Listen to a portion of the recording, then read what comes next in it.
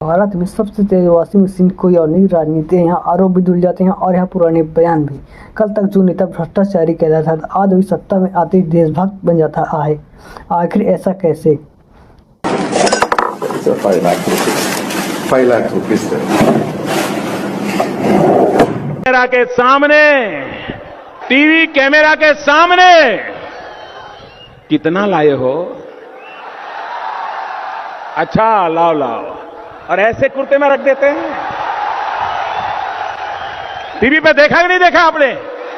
और चेहरा कितना भोला भाला था, ऐसा लगता था ये तो रोज की आदत वाले। नमस्कार दोस्तों। तो राजनीति में विचार बदलना अलग बात है, लेकिन सवाल तब उठता है जब आरोप भी पार्टी बदलते ही गायब होने लगते हैं। बंगाल की राजनीति में एक बड़ा नाम है शुभेंदु अधिकारी।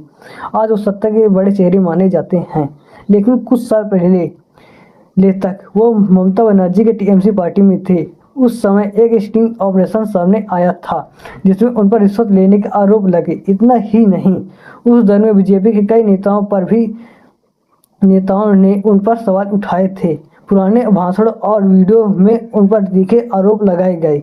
फिर राजनीति बदली, उन्होंने पार्टी बदली और बीजेपी में शामिल हो गए। अब सवाल ये नहीं कि कौन सी पार्टी सही है या गलत, अब सवाल ये है कि पार्टी बदलते ही किसी इंसान की पूरी छवि कैसे बदली जाती है। अगर आरोप गलत हैं तो पहले इतने बड़े बड़े बयान क्यों दिए गए? अगर आरोप सही थे तो फिर कार्रवाई कहाँ गई? ऐसी चर्चाएं सिर्फ राज्य तक सीमित नहीं है। देश की राजनीति में कई बार जनता ने देखा है कि जिन नेताओं पर पहले गंभीर आरोप लगाए गए जाते हैं, वो सत्ता के करीब आते ही साफ दिखाई देने लगते हैं। यही वजह है कि आम लोगों के मन में सवाल उठते हैं, क्या जांच एजेंसियां पूरी तरह स्वतंत्र हैं? क्या कानून सबके लिए बराबर है? क्योंकि आम इंसान अगर किसी केस में फंस जाए तो वो सालों तक चक्कर लगाता है, लेकिन बड़े नेताओं के मामले में अचानक शांत क्यों हो जाते हैं? और सबसे दुख की बात ये पता है क्या है? जनता धीरे धीरे इन सब चीज़ों को सामान्य मानने लगी है। हम बेरोजगारी, शिक्षा, अस्पताल और महंगाई जैसे मुद्दों पर कम और नेताओं की ब्रांडिंग पर ज़्यादा चर्चा करने लगे हैं। लोकतंत्र सिर्फ वोट डालने से मजबूत नहीं होता है। लोकतंत्र तब मजबूत होता है जब जनता सवाल पूछती है।